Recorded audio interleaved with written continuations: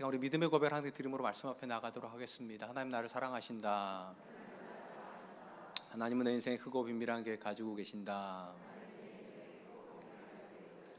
하나님은 오늘도 나와 동행하셔서 그 계획 이루어 주신다. 아멘. 그렇게 될 줄로 믿습니다. 아멘. 오랫동안 부부싸움으로 고통을 당하고 있던 부부가 큰 결심을 하고 정신과 전문의를 찾아갔습니다. 의사가 부부의 자초정을 듣고 나서 부부에게 처방전을 지어주면서 이렇게 부탁을 합니다. 만약 화가 치솟거든 처방을 받은 약을 물과 함께 복용을 하십시오. 하되 두 가지를 꼭 지키십시오. 첫째는 알약을 입에다 머금고 1분 동안 삼키지 말고 그대로 있으시다가 1분이 지나면 삼키시고, 두 번째, 삼키고 나서 절대로 1분 동안 또 말하지 마십시오. 이 두 가지만 지키시면 굉장히 효과가 있을 겁니다. 처방을 받고 나서도 이 부부는 여전히 싸우고 있었습니다. 그리고 화가 치솟을 때마다 각각 처방을 받은 약을 먹고 1분 동안 머물러서 삼키고 또 1분을 참고 있었습니다. 그러자 신기하게도 마음이 가라앉고 싸우는 횟수가 줄어들게 되었습니다. 몇 달이 지나서 처방받은 약이 다 떨어지자 이제 두 부부 다시 정신과 전문의에게 찾아가서 두 번째 처방전을 받기를 원했습니다. 그러자 의사가 이렇게 이야기를 합니다. 사실 그 약은 비타민이었습니다. 두 사람이 싸움을 멈추게 된 이유는 약이 좋아서가 아니라 그 약을 먹고 있는 동안에 참았기 때문에 분노가 가라앉게 된 것입니다. 인생의 여정을 살아가다 보면 관계 속에서 이런저런 후회를 하게 됩니다. 특별히 관계 속에서 하는 대부분의 후회는 우리가 오래 참지 못해서 발생되는 경우가 대반입니다. 내 주변의 사람들이 나와 같은 생각을 하고 나와 같은 행동을 한다면 화가 나는 사람은 아무도 없을 겁니다. 그러나 누구나 예외 없이 나하고 다르기 때문에 의견 충돌을 경험하는 사람을 만나야 되고, 또 내가 생각하는 것과 다르게 행동하는 사람 때문에 분노하는 상황 앞에 놓여야만 합니다.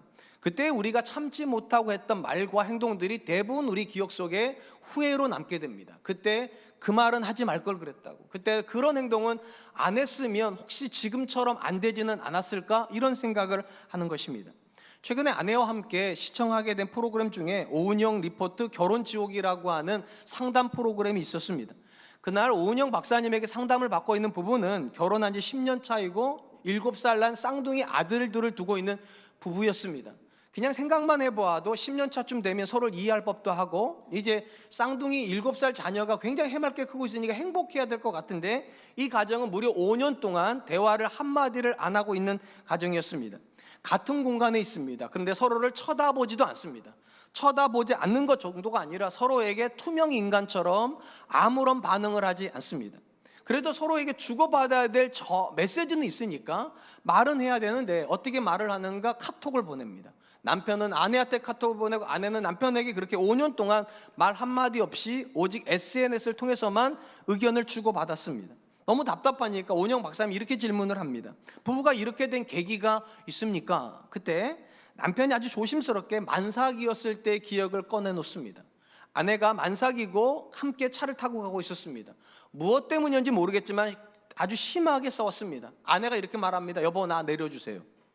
같이 차를 타고 가고 있는 밤이었고 만삭이 아내가 차에서 내려달라고 그러면 상식적으로 내려주면 안 되는 건데, 남편이 그 아내를 길거리에다 내려두고 집으로 혼자 돌아가 버렸습니다. 그리고 남편이 이렇게 말합니다. 그때 이후로 아마 우리 관계는 점점 벌어진 것 같고 지금의 이 일이 아마 그것 때문이지 않았을까 싶습니다. 그러면서 남편이 뒷말을 이렇게 흐립니다. 그렇더라도 아내를 태우고 같이 갔어야 했는데 제가 내리라고 해서 아내가 내렸어요. 그렇더라도 아내를 태우고 갔어야 했는데 아무리 화가 나고 아무리 분노가 일어났어도 그때 그런 행동은 하지 말았어야지, 그것만 안 했어도 이 지경까지는 안 오지 않았을까, 그렇게 후회를 하는 것입니다. 사실 제가 지금 말씀드린 이런 예들은 굉장히 극단적이지만 살아가다 보면 우리는 충동적으로 했던 말 때문에, 충동적으로 했던 행동 때문에 후회하는 일들을 참 많이 경험하게 됩니다.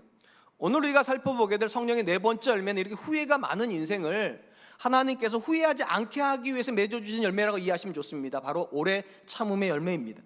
우리가 지난 시간에 살펴본 것처럼 하나님은 모든 사람을 다 다르게 만들어 놓으셨고 다르기 때문에 갈등할 수밖에 없습니다. 그리고 이 갈등하는 존재 안에서 하나님이 이루고 싶어 하시는 열매는 화평의 열매입니다. 근데 생각해 보면 화평의 열매를 맺으려면 반드시 갈등하면서 일어나는 분노를 억제할 수 있는 능력이 요청이 됩니다.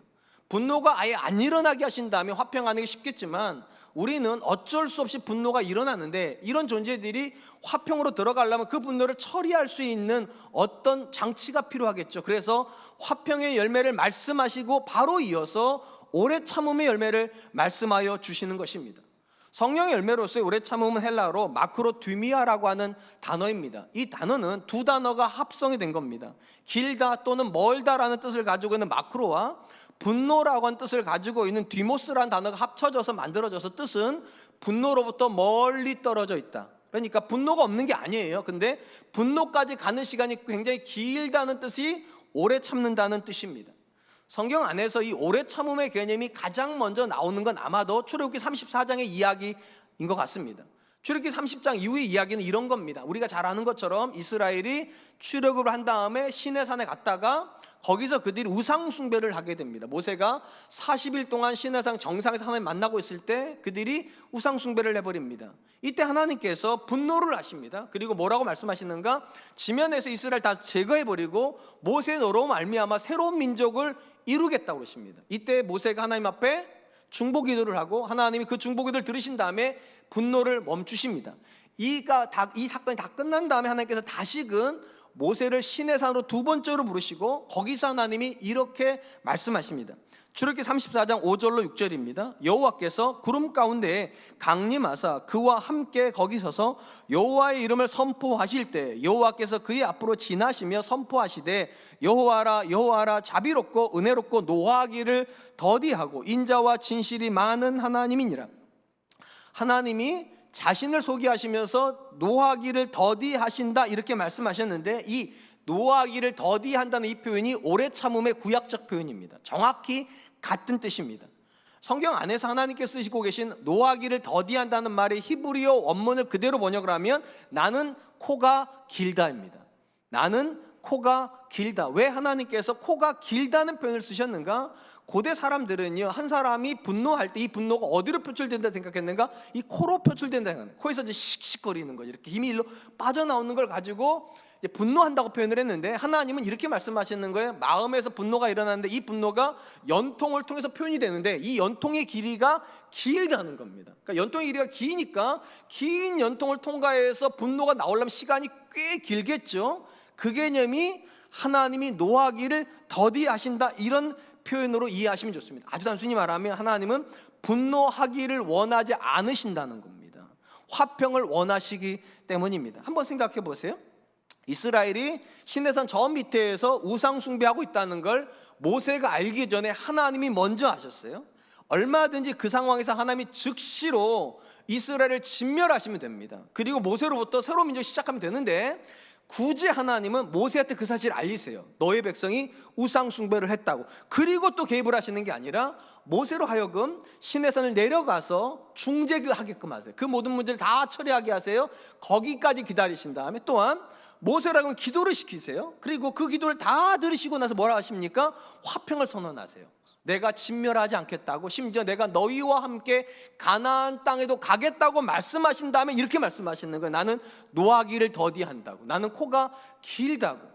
하나님께서 얼마든지 즉시로 개입을 하실 수 있었는데 하나님이 그 개입의 속도를 계속 늦추고 계십니다. 모세한테 알리시고 모세가 내려가서 중재하게끔 하시고 또 그 모세가 하나님 앞에 기도할 때까지 계속 기다려주세요. 뭘 말하는 겁니까? 하나님 안에 의지가 있다는 겁니다. 어떤 의지가 있냐? 화평하려고 하는 의지요. 그러니까 성경에서 말하는 오래 참음은요, 분노가 안 생기는 게 아니라 화평하려고 하는 마음이 분노의 감정을 짓누르는 거예요. 화평을 원하기 때문에, 이스라엘과 화평하기를 원하기 때문에 그 분노를 누르는 것을 성경은 오래 참음이라 그렇게 말하는 것입니다. 요한복음에 보면 예수님께서 부활하신 이후에 제자들에게 나타나셔서 이렇게 말씀하시는 장면이 기록이 되어 있습니다. 요한복음 20장 22절 23절입니다. 이 말씀을 하시고 그들을 향하사 숨을 내쉬며 이르시되 성령을 받으라. 너희가 누구의 죄든지 사하면 사하여질 것이요 누구의 죄든지 그대로 두면 그대로 있으리라 하시니라. 예수님께서요 제자들에게 나타나셔서 성령을 받으라고 이렇게 말씀하시는데 요한 사도가 의도적으로 거기다가 한 문장을 더 넣어놓았습니다. 뭐라고 되어 있는가? 숨을 내쉬며. 이걸 왜 제가 의도적이라 표현을 했는가? 이 표현이 창세기에 나오기 때문입니다. 하나님께서 사람을 창조하시자마자 사람이 움직이지 않았어요. 창조하신 다음에 하나님께서 생기를 불어넣으셨어요. 쉽게 말하면 숨을 내쉬었다는 거예요. 그리고 그 숨이 우리 안으로 들어오자 이 사람이 움직이는 생명이 된 자라, 살아있는 존재가 되었어요. 마찬가지로 예수님께서 지금 이렇게 말씀하셨다는 거예요. 성령을 불어넣어 주실 것이고 그 성령이 들어가는 존재는 새로운 생명이 된다. 그리고 이 새로운 생명에게 놀라운 특권이 하나가 주어진다는 겁니다. 너희가 누구의 죄를 사하면 사해질 것이고 너희가 그대로 두면 그대로 있을 거다. 그러니까 하나님께서 예수님에게 성령에 대한 약속을 주셨고, 이 예수님은 성령을 제자들에게 주시면서 약속을 하시는 거예요. 너희가 성령을 받으면 죄 사하는 자가 될 거다.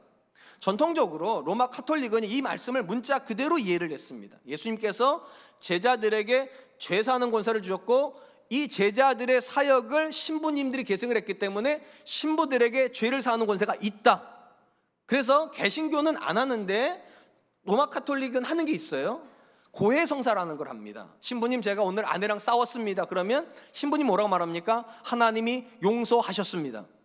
사실은 우리 개념이 없는 개념이에요. 저는 여러분들한테 하나님이 용서하셨을지 안 했을지 전 몰라요. 그렇기 때문에 다만 하나님 긍휼히 이렇게 기도해 드릴 수 있어요. 근데 하나님이 용서하셨다고 선포하기는 어려워요. 근데도 로마 카톨릭은 이 말씀을 문자 그대로 이해했기 때문에 신부님들이 죄 사하는 권세가 있다고 이해를 하는 겁니다. 그래서 하나님 앞에서 신부가 듣는 자리에서 죄를 고백을 하면 신부가 그 즉시 하나님이 당신의 죄를 용서하셨습니다 하고 돌려보내는 겁니다. 그럼 개신교는 이 본문을 어떻게 이해를 하는가? 문자 그대로 이해하지 않습니다. 왜냐하면 성경 어디에도요 제자들이 직접적으로 누군가의 죄를 용서해 준 적이 없어요. 그렇기 때문에 예수님의 말씀을 직접 들었던 제자들조차도 죄를 사하지 않았는데 어떻게 성도가 죄를 사하는 권세가 있다라고 이해를 할 수 있겠냐는 거예요. 그럼 이 부분을 어떻게 이해를 하는가? 하나님께서 예수님에게 성령을 주셨고, 이 예수님께서 제자들에게 성령을 약속을 하신단 말이죠. 그리고 이 제자들이 말씀을 전하면 그 자리에 성령이 역사를 합니다. 그리고 성령이 각 사람에게 들어가면 그 사람들의 죄가 사해진다, 이렇게 이해를 하는 겁니다. 저는 여기서 한 발짝 더 나아가려고 합니다. 하나님께서 저와 여러분들의 성령을 허락하시면 우리 안에서 어떤 변화가 일어나는가? 우리는 누군가를 정죄하는 사람이 되는 것이 아니라 화평을 원하는 사람이 되고, 화평을 원하는 사람은 너와 나 사이에 있는 죄를 제거해 주는 역할을 한다는 거예요. 죄를 그대로 놔두고 있으면 분노가 일어납니다. 너 때문이라 생각이 들기 때문에. 그런데 그 죄를 치워주면 분노가 일어나는 것이 아니라 오래 참을 수 있습니다. 그래서 성령의 사람은 화평의 마음이 생기게 되고, 화평의 마음이 생기는 사람은 반드시 너와 나 사이에 있는 죄를 제거해 주기 때문에 오래 참을 수 있다는 것입니다. 우리가 자녀를 키우다 보면 부모의 마음이라는 게 생기잖아요. 참 신기한 것 같아요. 분명히 남자였고 분명히 그냥 여자였는데 결혼을 해가지고 자녀를 낳은 순간 어느 날부터 저도 모르겠는데 제 마음속에 부모의 마음이라는 게 생겨요. 어떤 때 부모의 마음을 느낍니까? 오래 참을 때요. 그냥 저 같은 경우 예를 들면 제가 제 아내가 주로 보는 프로그램이 이제 금쪽이 뭐 이런 거거든요. 금쪽이 수업 이런 거 거기에 애들이 막 때를 부려요. 그럼 저는 그냥 바로 꺼버려요. 저는 애들이 막 싸우는 게 난 너무 싫어 진짜로. 그래서 그런 프로그램을 별로 안 좋아하는데 참 신기한 건 제 아들들이 싸울 땐 그게 안 된다는 거예요. 견뎌줍니다. 그러면서 제가 이해하는 게 있어요. 하나님이 이런 마음으로 나를 이해하시겠구나. 여러분들 자녀 키우다 보면 자녀들이 대부분 항상 말을 잘 듣는 건 아니죠. 부모의 마음을 거스르게 할 때가 있습니다. 그때 여러분 처음부터 회초를 드는 분들도 계시겠죠. 코의 길이가 짧은 분들이요. 바로 씩 하고 나오는 분들이 계시죠. 근데 어떤 분은 코의 길이가 대부분 길어요. 부모가 되면 코의 길이가 점점 길어질 수밖에 없는 것 같아요. 그럼 어떻게 합니까? 처음에는 조용히 말하잖아요. 그렇게 안 하는 게 좋겠어? 이건 엄마 버전이고 아빠는 좋은 말 할 때 그만해? 이렇게 말을 하잖아요. 그 다음에 이제 좀 시간 지나도 아이들이 안 고친단 말이에요. 그럼 엄마 뭐라고 말합니까? 엄마 화날라고 그래? 이러죠. 아빠 뭐라고 말합니까? 맞을래? 뭐 이런단 말이에요. 그래도 안 때려요. 아직까지는요. 두 번의 기회를 줬는데도 아이들이 안 고치면 세 번째는 이제 진짜로 무거운 말이 들어갑니다. 좋은 말 할 때, 셋할 때 그만둬. 이런단 말이에요. 셋의 기회를 줍니다. 그리고 나서 이제 숫자를 세요. 근데 부모가 세는 숫자하고요, 그냥 남자, 그냥 여자가 세는 숫자가 다르죠. 부모는 이렇게 셉니다. 하나, 그리고 심호흡 한번 하고 다시 둘. 그때부터는 이제 한정없이 세요. 둘이야, 둘인데. 그러다가 이러죠. 이제 둘 반인데, 둘 반의 반. 왜 이러는 거죠 도대체? 숫자를 모르는 게 아니잖아요 우리가요. 하나, 둘, 셋은 간격이 똑같아야 되는데 둘에서 셋까지 갈 때 간격이 굉장히 길어집니다. 왜냐? 코가 점점 길어지고 있는 거예요. 이 마음이 어떤 마음입니까? 화평을 원하는 마음이에요. 엄마는 너 때리고 싶지 않아. 아빠는 너하고 관계를 망가뜨리고 싶지 않아. 그러니까 화평의 마음이 분노의 마음을 이길 때 이 상태가 오래 참음이에요. 하나님께서 저와 여러분들이 주시는 마음이 그런 마음인 거고, 하나님이 성령 안에서 우리에게 주시고자 하는 마음도 이 마음입니다. 그런 점에서 분노가 안 생겨서 오래 참는 사람 없어요. 성경이 말하는 오래 참음은 화평에서 오는 거예요. 화평하려고 하는 의지가 있기 때문에, 성령 하나님께서 우리에게 화평하려고 하는 의지를 주시기 때문에 우리의 코가 길어지는 거예요. 호흡이 길어지는 거예요. 그래서 오래 참음의 열매가 이루어지는 것입니다. 사랑하는 성도 여러분, 우리 모두는 다 다릅니다.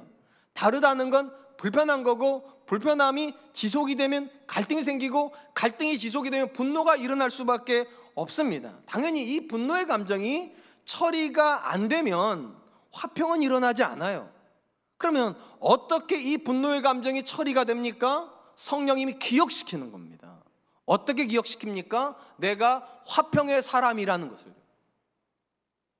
여러분, 반드시 이렇게 하시면 참 좋겠어요. 저도 이게 잘 안 되지만 요즘은 정말 하려고 많이 노력을 합니다. 화가 일어납니까? 잠시 기도하는 시간을 가지십시오. 그리고 이렇게 말씀하세요. 하나님, 저는 화평을 원합니다. 하나님, 저는 정말로 화평을 원합니다. 이 자녀와 갈등하고 싶지 않고, 내 남편과 내 아내랑 갈등하고 싶지 않고, 저는 정말로 이 관계 속에 화평이 들어오기를 원합니다. 의심이 여지없이 성령님은 화평만 주시지 않고 오래 참는 마음을 주십니다. 견딜 수 있는 힘은 우리 안에서 나오는 게 아니에요. 부어주시는 거예요. 성령님께서 우리로 하여금 부어주세요. 용서하는 마음도 주시고, 이해하는 마음도 주시고, 견딜 수 있는 힘도 주십니다. 그러므로 결심하세요. 화가 안 날 수는 없어요. 화가 날 때마다 성령님께 이렇게 말씀하기로 결심하세요. 하나님, 저는 화평을 원합니다. 오래 참을 수 있는 힘을 주십시오. 전 저와 여러분들이 그럴 수 있기를 주님의 이름으로 축원드립니다. 한편 우리가 성령의 열매로서 오래 참음을 이해할 때 착각하면 안 되는 게 하나가 있습니다. 오래 참는 건 단순히 오래 견디는 걸 말하는 건 아닙니다. 왜냐하면 오래 견디는 것과 오래 참는 게 현상은 비슷해. 근데 오래 견디는 건 부작용이 있어요. 오래 견디다 보면 마음이 병듭니다. 우리 한국의 정서라는 게 있죠. 한의 정서라는 게 있습니다. 여러분, 한의 정서가 뭡니까? 오래 견뎠는데 아무것도 안 변할 때. 분명히 남편이 변할 줄 알고 오래 견뎠어요. 자녀가 변할 줄 알고 오래 견뎠어요. 상황이 변할 줄 알고 오래 견뎠는데 견뎌도 아무것도 없더라. 이러면 마음이 병들어요. 이때 생기는 병이 뭐라고 말합니까? 화병이라고 부르는 겁니다. 그래서 놀랍게도 미국 정신의학회 학회에는 화병이라는 병이 있대요. 진짜로요? 한국말 그대로 들어가 있대요. 화병. 왜냐하면 한국인들만 견딘대요. 한국인만 걸린대. 한국인만. 그럼 왜 한국인만 걸릴까요? 한국은요, 참는 걸 미덕으로 여기는 민족이기 때문입니다. 그래서 결혼하면 뭐라고 말합니까? 벙어리 3년, 기머거리 3년. 여러분, 6년 동안 남편 그 온갖 나쁜 짓 하는데 다 참고 있으면 병 안 되는 게 이상해요. 그래서 우리가 어릴 때 보았던 드라마가 있잖아요. 여름마다 봤던 드라마예요. 남양 특집, 전설의 고향. 거기 나오는 모든 귀신 다 화병 귀신이에요. 참다가 못 견뎌가지고 병들어서 죽어요. 근데 화병으로 죽으면 죽어도 죽은 게 아니라 귀신이 된대잖아요.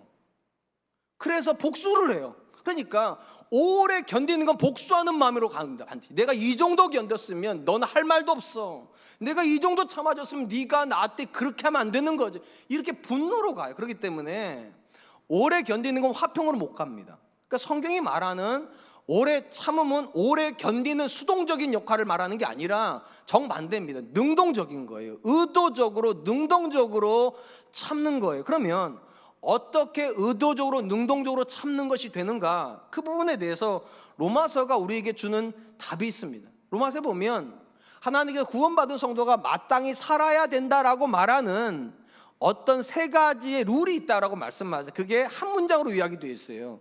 로마서 12장 12절 말씀입니다. 소망 중에 즐거워하며 환난 중에 참으며 기도에 항상 힘쓰며. 그러니까 성도로 산다는 건 결국은 세 가지 문장이라는 거예요. 일상의 삶에서 소망 중에 즐거워하고 환난 중에 견디고 기도에 항상 힘쓰는 이 세 가지가 우리가 마땅히 살아야 된 성도다움이라는 겁니다. 일단 기본적으로 일상의 삶에서 뭐라고 말합니까? 소망 중에 즐거워한다. 자, 성도가 가지는 소망의 본질이 뭐라고 제가 자주 말씀드렸습니까? 하나님이 나의 아버지가 되신다. 이게 성도가 가지는 소망이에요. 무슨 말인가 하면 이 땅에 일어나는 모든 일들을 주관하시는 분이 내 아버지시라면 그 아버지가 내 인생에 나쁜 거 하시겠어요?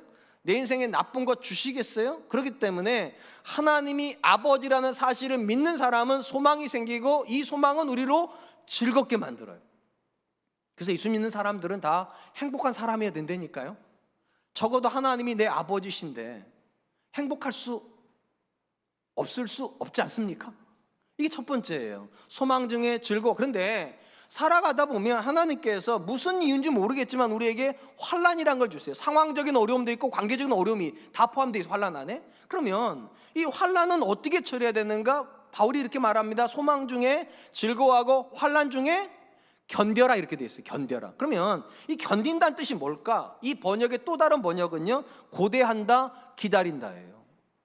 그냥 꾹 참는 게 아니라 고대한다, 기다린다. 그러니까 성경이 말하는 견디는 건 능동적인 겁니다. 소망을 가지고 기대하면서 기다린다. 기대하면서 하나님이 반드시 내가 만나고 이 상황에도 선한 뜻이 있고 나에게 그런 사람을 주심으로 나로 고통스럽게 하는 데도 이유가 있을 거라고 소망을 가지고 견디는 거예요. 그러면 생각해 보면 이 두 가지만 있으면 될 것 같아요. 일상의 삶에서는 소망 중에 즐거워하고 환난 중에는 그 소망을 가지고 견디면 될 것 같은데 왜 기도에 항상 힘써야 됩니까? 말이 이 두 가지지만 이 두 가지가 우리 힘으로 안 되기 때문입니다. 한번 생각해 보세요. 여러분들은 정말 항상 즐거우세요? 여러분 보시기에 저는 항상 즐거울 것 같죠? 목사인데, 교회만 있는데, 스트레스도 없을 것 같은데 항상 즐거울 것 같지 않습니까? 맞아요. 대체로 즐거워요, 제가요. 근데 항상 즐겁지 않아요, 여러분. 왜 그럴까요? 즐겁더라도요, 우리 마음속에 욕심이라는 게 일어나요. 그러니까 제가 목사로서 상당히 즐겁게 살다가 나보다 목회를 잘하는 누군가를 보면 화가 나요. 정확히 말하면 욕심이 나요. 나도 저분처럼 더 잘하고 싶다. 그러면 이전까지 있었던 즐거움이 송두리째 없어져 버립니다. 분명히 즐거움이 있었어요. 근데 사람은 거기에 만족 못하는 존재예요. 욕심이 개입하기 때문에. 그래서 즐거운 시절에도 왜 기도합니까? 내가 욕심에 붙잡히지 않기 위해서요. 환난의 순간에 우리 중에 바로 확 분노를 표출하는 사람 그렇게 많지 않아요, 여러분. 다 우리는 알아요. 소망 중에 하나님을 기다려야지. 근데 일정 시간 기다리다가 화가 나요, 우리는요. 왜 그렇습니까? 우리의 때하고 하나님 때가 달라요. 우리 이렇게 생각한단 말이에요. 하나님이 이 정도 기다렸으면 이제는 내 남편 바뀔 법도 하지 않습니까? 하나님, 내가 이 정도 기다렸으면 상황은 좀 바뀌어야지요. 그러니까 오래 참다가 어떻게 되버리니까 원망으로 가버려요, 그냥. 우리도 모르게. 그래서 환난 중에 견디는 게 쉽지가 않아요, 우리. 그러니까 두 가지를 말했다니까요. 소망 중에 즐거워하고 환난 중에 참는데 그냥 하지 말고 항상 기도함으로 이 두 가지를 하라고. 이건 우리 힘으로 되는 게 아니라고. 특별히 하나님께서 저와 여러분들에게 관계적 어려움 속에서 왜 소망을 가지고 오래 참으라고 말씀하실까? 이유는 간단해요. 하나님이 우리의 관계 속에서 일하시기 때문입니다. 하나님은 사람을 바꾸시는 분이십니다. 아멘 하셔야 돼요. 하나님은 사람을 바꾸어 놓으시는 분이십니다. 이 부분에서 우리가 반드시 기억하면 참 좋겠다는 이야기가 사도행전 15장에 나옵니다. 사도행전 15장은요, 사도 바울하고 바나바가 싸우는 이야기예요. 저는 이 이야기를 굉장히 은혜롭게 읽었어요. 왜냐하면 성령 충만한 사람도 싸우는구나. 저는 항상 이 싸운다는 거에 대한 핸디캡이 있어요. 그러니까 목사님 부부가 만나면은, 저희 목사님이랑 저는 결혼을 한 번도 싸운 적이 없어. 그러면 난 저 너무 스트레스를 받아요. 어떻게 안 싸울 수 있을까? 그럼 나는 가짜 목사인가? 뭐 이런 생각이 들어요. 그러다가 사도행전 15장 읽었는데 성령 충만한 바울과 성령 충만한 바나바가 대판 싸우고 그냥 싸우는 정도가 아니에요. 서로 용서가 안 돼가지고 각각 찢어져서 가버려요. 이렇게. 그때 제가 아는 거야. 각방을 쓰더라도 하나님 조금은 이해하시겠구나. 여러분 생각해 보세요. 어떻게 저 같은 사람이 싸운다면 이해가 돼요. 여러분 같은 분들이 누군가랑 심하게 다퉜다 그러면 성령 충만하지 않아서 그런가 보다 이렇게 이해가 되는데, 사도행전에 나오는 바울과 바나바는 성령 충만함의 대명사입니다. 이 두 사람이 왜 싸우는가? 한 사람 때문에 싸워요. 마가라고 하는 사람을 데려갈 것이냐 말 것이냐. 2차 전도행을 계획을 하면서 바울은 마가를 데려가고 싶지 않습니다. 왜냐하면 1차 전도행 때 마가가 선교지를 떠나버렸어요. 사명을 버리고 돌아가 버렸다니까요. 그렇기 때문에 바울은 마가를 데려가는 건 하나님 뜻이 아니라고, 불성실한 종을 데려가는 건 하나님 뜻 아니라고 이렇게 얘기를 하는 거고, 바나바는 이 마가를 다시 데려가기를 원합니다. 왜냐하면 하나님은 용서하기를 기뻐하신다고. 생각해보세요. 둘 다 하나님 때문에 싸우는 거예요. 그러니까 여기서 제가 좀 찔리는 거예요. 저는 하나님 때문에 싸우지 않아요. 밥 때문에 싸워요. 10번이면 8번은 밥 때문에 싸우는 것 같아요. 그래서 요즘 밥의 문제도 자유를 굉장히 많이 제가 말 많이 다스리려고 하는데, 여러분들도 그렇지 않아요? 솔직히 교회 때문에 싸우는 분이 몇 분이 있습니까? 하나님의 나라와 그 의 때문에 싸우는 분이 몇 분이나 있겠어요? 근데 우리는 대부분 경우 그렇게 싸우지 않아요. 근데 어쨌든 간에 이 두 사람이요, 하나님의 때문에, 하나님의 일 때문에 마가를 가운데 두고 심히 싸우고 결국은 둘이 같이 못 가요. 바울은 신라를 데리고 육로로 가버리고요, 이 바나바는 마가를 데리고 헤로로 갑니다. 이렇게 해서 두 사람은 갈라집니다. 한번 생각해 보세요. 여러분, 바울 사도가 어떤 사람입니까? 제가 늘 말하잖아요. 신약 성경에서 가장 예수님 닮은 사람입니다. 그리고 사랑장이라고 하는 고린도전 13장을 쓴 사람, 사랑의 사도이기도 하고요. 심지어 신약 성경 27권 중 혼자서 13권을 쓸 동안 굉장히 경건한 사람인데, 이 사람이 분노해서 포기할 정도의 사람이라면 이 사람은 소망이 없는 사람이죠. 저 같은 사람이 누군가를 포기해도 그 사람 별로 좋은 사람 아닐 거예요. 그래도 소망이 있어요. 왜냐면 저도 완벽하지 않으니까. 근데 우리가 알고 있는 바울은 완벽한 사람인데 그 사람이 자기 관계 영역에서 내쫓은 사람이에요. 포기해버린 사람이라면 이 사람은 절대로 소망이 없어야 돼요. 놀랍게도 바울이 마가와 갈라지고 나서 시간이 흘러가자 마가는 변합니다. 나쁜 쪽으로 변하는 게 아니에요.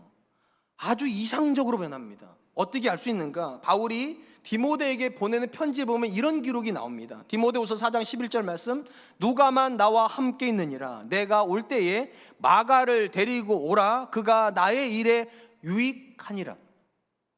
마가에 대해서 가장 혹평을 했던 사람이 누굽니까? 바울입니다. 절대로 그 사람은 하나님의 일에 적합하지 않다고 가장 가혹하게 평가했던 사람이 지금 뭐라고 말합니까? 그가 나의 일에 유익하다고. 어떻게 이런 일이 벌어진 겁니까? 하나님이 마가를 포기하지 않으셨기 때문입니다. 하나님의 사람이었던 바울이 포기를 했을지 몰라도 하나님은 마가를 포기하지 않았어요. 어떻게 포기하지 않았습니까? 바나바를 옆에다 붙여주셨잖아요. 바나바가 마가를 포기하지 않아요. 참 신기한 건 이 바나바가 이런 일이 처음이 아니라는 겁니다. 우리가 아는 것처럼 사도행전 9장에 바울이 사울이라는 이름으로 활동할 때 그는 교회를 엄청나게 핍박을 합니다. 그런데 그가 다메섹으로 가다가 예수님을 만나요. 근데 안타까운 건 분명히 바울이 예수님을 만났는데 예루살렘에 있는 사도 중에 아무도 바울이 변할 거라고 믿지 않습니다. 아무도. 그래서 교제의 약수를 아무도 내밀지 않아요. 그때 유일하게 바울의 변화를 믿어줬던 사람이 누군가, 그게 바나바예요. 그러니까 바나바는 굉장히 인격적인 사람입니다. 어떤 분 인격적이냐? 사람의 변화를 믿어주는 사람이에요. 어떤 사람이 오래 참습니까? 사람의 변화를 믿어주는 사람이에요. 아무도 그 사람은 안 바뀐다라고 말을 해도 그 사람은 변한다고 믿어주는 사람이 있는 사람이 변합니다. 모든 사람이 다 내놓아 버리면 그 사람은 변할 여지가 없어요. 근데 끝까지 그 사람의 변화를 믿고 붙잡아주고 있는 누군가가 있다면 그 사람은 변해요. 그래서 성경이 말하는 오래 참음은 수동적 행위가 아니에요. 그냥 기다리다 보면 애가 바뀌겠지, 그거 아니에요. 능동적인 거예요. 하나님이 반드시 내 자녀를 변화시키실 거니까 항상 기도해요. 환난 중에, 다툼 중에, 불화 중에도 포기하지 않아요. 소망을 가지고 견디고 기다려요. 사랑하는 성도 여러분, 관계의 불화 속에 있는 사람한테 오래 참으라고 말하는 게 쉽지가 않아요. 남편이랑 아내가 정말 불화를 겪고 있는데 찾아가서 오래 참아 이렇게 말하는 게 참 쉽지가 않아요. 왜냐하면 오래 참으면 오래 견딤으로 이해가 되기 때문에 그건 마음이 힘들단 말이에요. 근데 다시 말씀드릴게요. 성경이 말하는 오래 참으면 오래 견딤 아니에요. 오래 기다리는 거예요. 소망을 가지고 기다리는 거고 그 동력은 나한테 오는 게 아니에요. 하나님이 그렇게 하실 거라는 거예요. 나는 내 남편 못 바꾸죠. 나는 내 자녀 못 바꾸죠. 근데 하나님이 지금 내 자녀를 바꾸고 계신다고 믿으니까 내가 포기할 수 없는 거예요.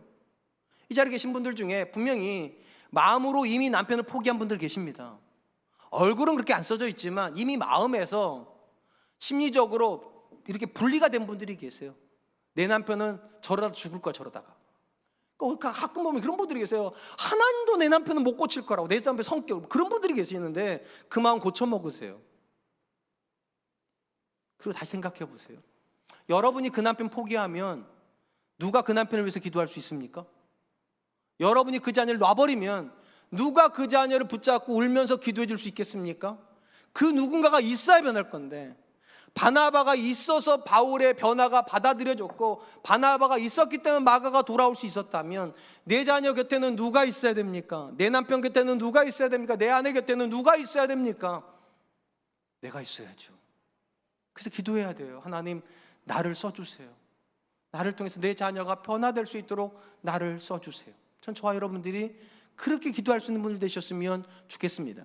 마지막으로 성령의 열매로서 오래 참음을 기억하실 때 반드시 기억할 것이 하나가 있습니다. 오래 참는 건 오래 고통받는 여정이라는 겁니다. 오래 참는 건 오래 고통받는 것입니다. 사도 바울이 고린도서 안에다가 사랑장이라는 걸 써놨어요. 고린도전서 13장입니다. 고린도전서 13장 안에 보면 사랑에 대한 특징이 15가지가 나옵니다. 다 외우셨죠? 못 외우셨을 거니까 나중에 제가 이것도 설교할 거예요. 15가지 특징이 나오는데 그 첫 번째 특징이 무엇인지 기억나세요? 사랑은 오래 참고. 사랑의 가장 기본적인 특징이 뭐냐? 사랑은 오래 참는다입니다. 근데 이 사랑은 오래 참는다는 번역을 대부분의 성경은요 patience 이렇게 썼어요. 인내한다고 번역을 하는데 특이하게도 킹 제임스 버전과 뉴 킹 제임스 버전은 그렇게 번역을 안 합니다. 어떻게 번역을 했는가? Love suffers long. 제가 지금 발음이 나빠서 여러분 오해를 하시는 것 같아요.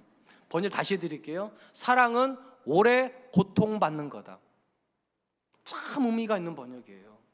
사랑의 가장 큰 특징이 뭐냐? 사랑하면 고통을 오래 받을 각오가 되어 있는 거라고.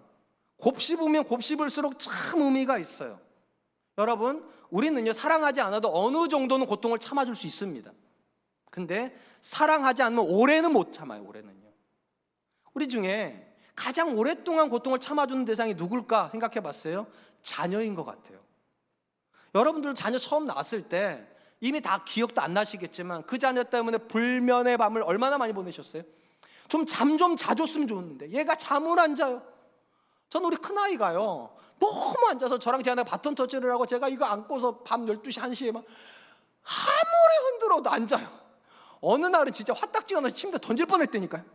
좀 잠 좀 자줬습니다. 근데 여러분 제가 그 자녀를 못 던져요. 못 던져. 그리고 계속 참아요. 계속. 왜요? 사랑하니까요. 그래서 얘를 좀 키워놨더니 이제 사람이 될 만해서 10살 때쯤 되니까 얘가 괜찮아지더라고요. 근데 한 14살, 15살 되니까 얘가 괴물이 되더라고요. 여러분 집에 사자가 있어도 그렇게 무서울까요? 저는 왜 그렇게 애가 무서운지 째려다 보는 게 이게 괴물이에요. 괴물. 그럼 갖다 버리면 돼. 죄송해요. 근데 그걸 또 못 버려요. 왜요? 사랑하니까요. 사랑하면 고통 받아야 돼요. 제 애를 좀 괜찮아졌어요. 이제 15, 16쯤 되니까 애가 좀 괜찮아지더라고요. 그랬더니 이번에는 학교가 괴롭혀요. 대학교 가야 된다고. 여러분 고3 애 키워본지 않으신 분은 말을 마세요. 재수 안 해본 분은 아예 말을 하지 마세요. 여러분 애가 고통스러운데 부모는 몇십 배 더 고통스럽잖아요. 애 눈치 보랴, 성적표 보랴, 어디 보내랴 너무 고통스러워요. 근데 그걸 또 보내고 나면 이제 고통이 끝납니까? 아니죠. 이제 취업 걱정해야 되잖아요. 취업시키면 결혼 걱정해야 되고 결혼해서 애가 나면 내가 키워줘야 될 것 같잖아요. 내 남편은 김치 안 담아줘도 내 아들은 김치 담아줘야 될 것 같잖아요. 고통이 끝이 없어요. 끝이. 근데도 계속해요. 계속해요. 왜냐? Love suffers long. 사랑은 고통을 오래 참는 거라고. 사랑은 고통을 오래 받는 거니까. 고통받지 않는 건 사랑이 아니니까. 지금은 은퇴하셨지만 제가 참 좋아하는 목사님 중에 이재철 목사님이라는 분이 계세요. 이분의 회심의 이야기는 참 생각을 많이 하게 만드는 내용이 들어가 있습니다. 목사님께서 이렇게 이야기를 하세요. 본인은 젊은 시절에 허랑방탕하게 살았다고. 왜냐하면 대부분의 시간을 술로 보냈기 때문입니다. 자기는 친구들과 술 먹는 낙으로 사셨대요. 그리고 사모님이랑 결혼을 하셨는데 사모님은 성악을 전공하시는 그런 분이셨대요. 여성스럽죠. 근데 목사님이 굉장히 짓궂으셔서 친구들이랑 술을 거하게 마시다가 흥이 쫙 올라오면, 저는 한 번도 흥이 올라본 적 없어서 잘 몰라요. 흥이 쫙 올라오면 전화를 건다는 거야, 집에다가요. 그리고 아내 보고 그 술집으로 오라고 그런다는 거예요.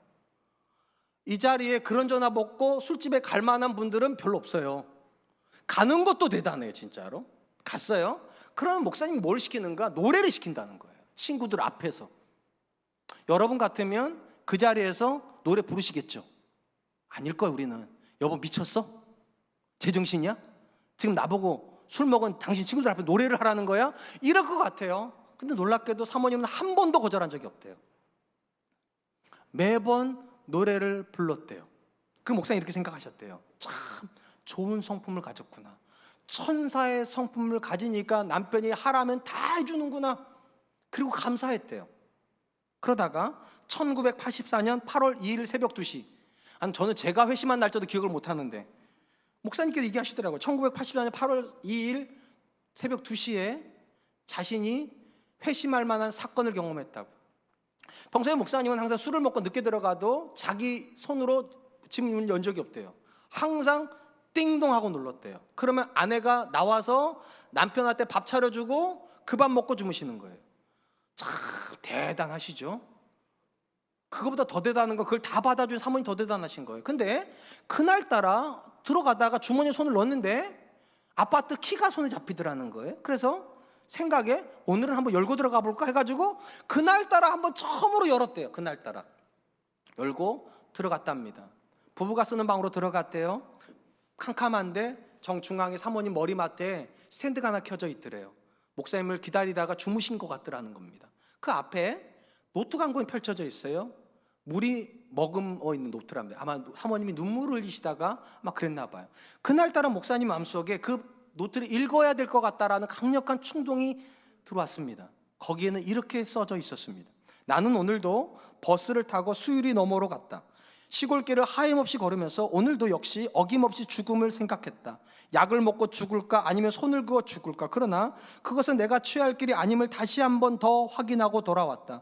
나를 위해서 십자가에 죽으신 예수님께서 내게 주신 남편이므로 나는 사랑해야만 한다. 나는 할 수 없지만 주님께서 사랑하라 명령하시니 나는 사랑해야만 한다. 주님 도와주세요. 나의 약함을 주님께서 잘 아시잖아요. 그 밤 목사님은요 처음 아셨대요. 사모님이 천사의 성품을 가지고 있어서 나를 받아준 게 아니라 하나님이 사랑하라 하셔서 오랫동안 자기 때문에 고통당하셨다는 것을, 성경에서 사랑이라고 말하는 게 성경책에만 있는 게 아니라 자기 옆에 있다는 걸 처음 경험하셨대요. 나를 위해서 고통당해주는 누군가가 있다는 걸 그 밤 목사님이 회심하셨답니다. 여러분, 우리가 누군가를 회심시키는 일에 쓰임받는 자리는 대부분 어떤 자리일 것 같습니까? 오래 고통받아주는 자리입니다. 내 아내나 되니까 내 성격 받아줬지. 우리 엄마나 우리 아빠나 되니까 나를 이렇게 오랫동안 받아주고 참아주고 기도하고 용서해줬지. 고통받지 않는 사람 때문에 회심하는 일은 없어요. 나 때문에 누군가가 고통을 참아주고 있다고 느껴야 거기서 그리스도의 사랑을 만나요. 그래서 바울이 말하는 사랑은요 아가페 사랑이에요. 하나님이 나를 사랑하여서 오래 참으신 것처럼 내가 누군가를 사랑하면 그 사람은 오래 고통받는 걸 감수하게 된다. 그래야 사람은 변하니까. 사랑하는 성도 여러분, 성도라면 누구나 나를 괴롭게 만드는 남편, 아내, 자녀가 변화되기를 위해서 기도해요. 하나님 내 남편 좀 변화시켜 주세요. 하나님 내 자녀도 좀 변화시켜 주세요. 하나님 내 아내도 좀 변화시켜 주세요. 그러면 하나님은 어떻게 응답하실 것 같습니까? 그 남편을 먼저 변화시키지 않아요. 그 아내를 먼저 변화시켜요. 그 아내를요. 그 자녀를 먼저 변화시키지 않아요. 그 부모를 먼저 변화시켜줘요. 사랑하게 하세요. 그래서 소망을 가지게 하세요. 기도하게 하세요. 그리고 오랫동안 눈물을 흘리게 하세요. 그러면 그 남편이 알아요. 내 아내나 되니까 나 같은 사람 받아주지. 우리 부모나 되니까 나를 포기하지 않았지. 그래서 나는 내 남편이 믿는 하나님, 내 아내가 믿는 하나님 나도 믿고, 우리 부모가 믿는 하나님 나도 믿지. 혹시 지금 남편의 변화를 위해서 기도하고 계신 분이 계십니까? 작정하세요. 오래 눈물을 흘릴 것을. 사랑은 오래 고통받는 거예요. 자녀를 위해, 변화를 위해서 기도하고 있는 분들이 계세요. 작정하세요. 포기하지 않고 끝까지 고통을 견디겠다고, 견디면서 사랑하고 섬기겠다고. 그래야 어느 순간 알아요. 내 엄마가 성격이 좋아서 나를 받아준 게 아니구나. 그 마음에 예수님이 계셔서, 하나님이 사랑하라 하셔서 사랑하신 거구나. 전 저와 여러분들이 오늘도 그 사랑 앞에 섰으면 좋겠어요. 내 배우자를 위해서 오래 고통받겠다. 내가 내 자녀를 위해서 오래 고통받겠다. 내가 사랑하는 교회를 위해서 오래 고통받겠다. 그 사람이 하나님의 사람으로 쓰임받게 될 줄로 믿습니다. 이제 말씀을 맺으려고 합니다. 나와 다른 사람으로 인해서 고통받는 것, 참는 것 참 어렵습니다. 고역이 있죠. 근데 성경이 말하는 오래 참으면 고역 아닙니다. 왜 고역이 아닙니까? 참으려고 해서 참는 게 아니기 때문입니다. 참아지는 거예요. 성령께서 우리로 하여금 오래 참을 수 있도록 하시기 때문입니다. 오늘 보면 세 가지 제가 말씀드려요. 첫 번째, 오래 참으면요, 화평의 마음이 분노의 마음을 이기는 거예요. 성령이 우리 안에서 화평하려고 하는 의지를 주시기 때문에 분노를 짓누를 수 있습니다. 두 번째, 오래 참으면 단순히 오래 버티는 거 아닙니다. 소망 중에 기다리는 거예요. 하나님이 내 관계 속에서 내 남편 만나주실 거고, 내 자녀 만나주실 거고, 내 상황을 변화시킬 것을 소망하고 있기 때문에 오래 견딜 수 있는 거예요. 마지막 세 번째, 여러분들이 성령의 사람이라면 오래 고통받게 하십니다. 그냥 고통이 아니라 오래 고통받아도 포기하지 않게 만드세요. 왜냐? 성령님이 그렇게 하시는 거니까요. 인간으로 생각하면 이미 애시당초 포기했겠죠. 이미 애시당초 놔버렸겠죠. 근데 성령님은 그렇게 쉽게 포기하지 않으세요. 오래 눈물을 흘리게 하세요. 오래 고통받게 하세요. 그리고 그 오래 고통받는 사람 때문에 누군가가 하나님께로 돌아오게 되는 줄을 믿습니다. 오늘 저와 여러분들이 그 오래 참음 앞에 설 수 있기를 축원드립니다. 이 시간 주신 말씀을 기억하면서 세 가지를 위해서 같이 기도했으면 좋겠습니다. 첫 번째, 하나님, 제 안에 날마다 화평의 마음을 거듭거듭 부어주셔서 화평의 마음으로 분노를 짓누를 수 있는 사람 될 수 있도록 좀 도와주십시오.